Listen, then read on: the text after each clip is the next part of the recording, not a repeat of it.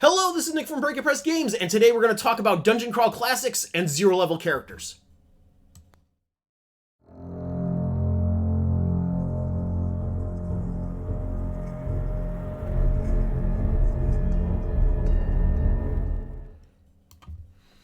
Alright, so today we're going to talk about one of my favorite parts of Dungeon Crawl Classics, and that is the zero-level character. Before we get into it, if you like these videos, please support Breaker Press Games by 1. Liking and subscribing, 2.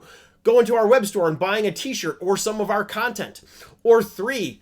Becoming a Patreon member at $5 and above, and getting a cool thing in the mail every month. The April patron reward is Around the Common Fire. This is a pamphlet with a dozen NPCs based around the town of Stennard and that hang out around the Common Fire.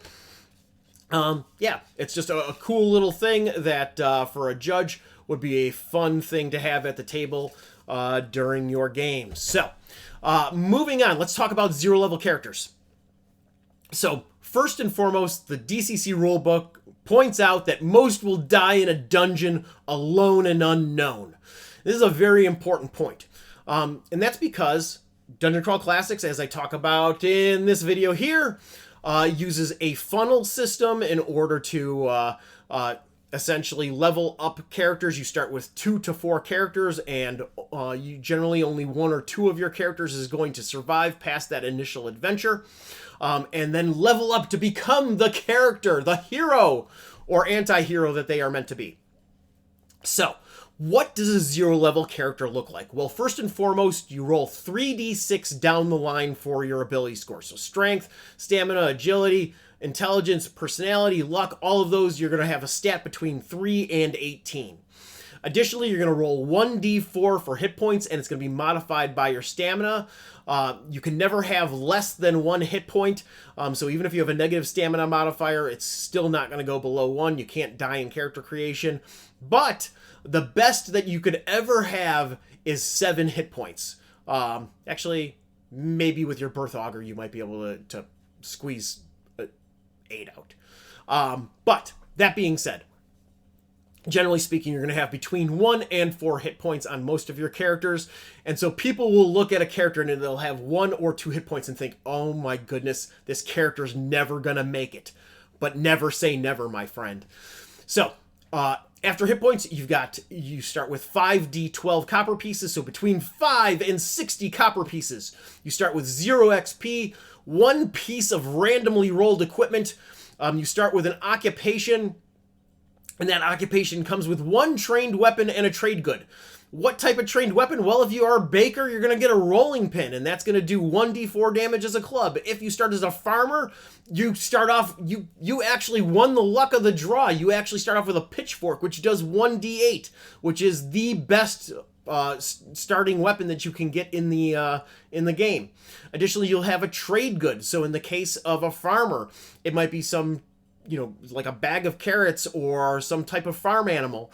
Or with the baker, I don't know off the top of my head what the baker comes with, but it might be a bag of flour or something like that. Those are the types of things that you can expect. Now, part of the reason why I love zero-level play is because of you starting with this rudimentary collection of things, because it results in the players actually having to use their guts and wits in order to accomplish things, instead of looking at the character sheet and trying to figure out which of their abilities is going to unlock some sort of cool thing that they can do. No, you're going to unlock the cool thing that you can do with literally a bag of flour and a rolling pin, and it's awesome. So, additionally, the other thing that a starting character has is something very unique to Dungeon Crawl Classics. You have a crit die of 1d4 and you use table 1.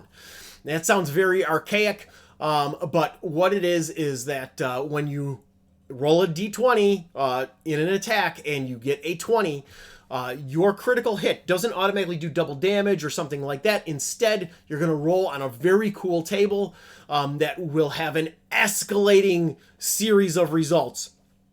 It could be a stunning crack to the forehead that does an additional D4 hit points damage or something like that, or something much better, like taking out somebody's kneecap and that opponent is going to limp from now on, that sort of thing. Additionally, the occupation table has a number of demi-human occupations, so like a dwarven smith or an elven sage. And one of the questions that comes up invariably on social media sites all the time is, do demi-humans start with any of their racial abilities? And there is a paragraph that explains that. Dwarves and halflings start with infravision and a base speed of 20. Elves start with their sensitivity to iron and heightened senses. And then all demi-humans start with the common tongue and their racial language. So, moving on to the trade goods. So, as we've discussed, all of those characters are starting with one piece of equipment, a handful of copper pieces, and their trade good. One of the things that's really important to understand is that there is something that is explained in the DCC rulebook called wealth by attrition. And it's understood that in a funnel adventure, there is going to be a lot of dead characters. And so your 0 level characters are going to collect all of the things that all of the dead characters leave behind. Now, your players, depending on what type of role-playing game experience they've had in the past, they might immediately be like, can I take their stuff? That comes up all the time in games when I have new players.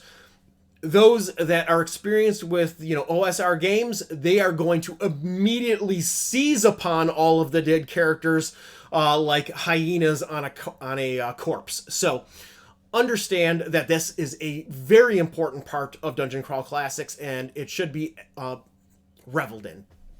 So, leading on to that, at 0 level, that is also when you choose your alignment and you decide whether you're going to be lawful, neutral, or chaotic.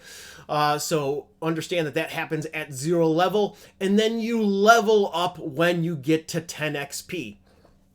In most cases, it is assumed that a 0 level adventure, a funnel adventure, is going to result in your characters leveling up at the end of the adventure. Personally, when I'm not at a con game, most of my sessions are 2.5 hours. And so I will end up spreading the funnel over multiple sessions. And so I actually don't level my characters up right away. They're given experience based upon the experience that they earned during the adventure. So they might level up on that first session, but it will often take 2 or 3 sessions. So that is my overview on 0 level characters. As I said, it is one of my favorite parts of the game because of watching characters, I should say the players, working with just raw clay and using it in order to make magic happen. Now, one of the things that I am going to mention before I go, even though I did already give the sales pitch, I have my own version of the occupation chart and kind of a grim, dark take on the 0 level character experience. This is my Stennard character creation guide. It is available free or pay what you want on Drive-Thru RPG. That link is in the description, so go check that out if that sounds interesting to you. Thank you for supporting indie games and indie game designers. You can check out the other videos in my DCC Basics series here, and I will talk to you all in the next one.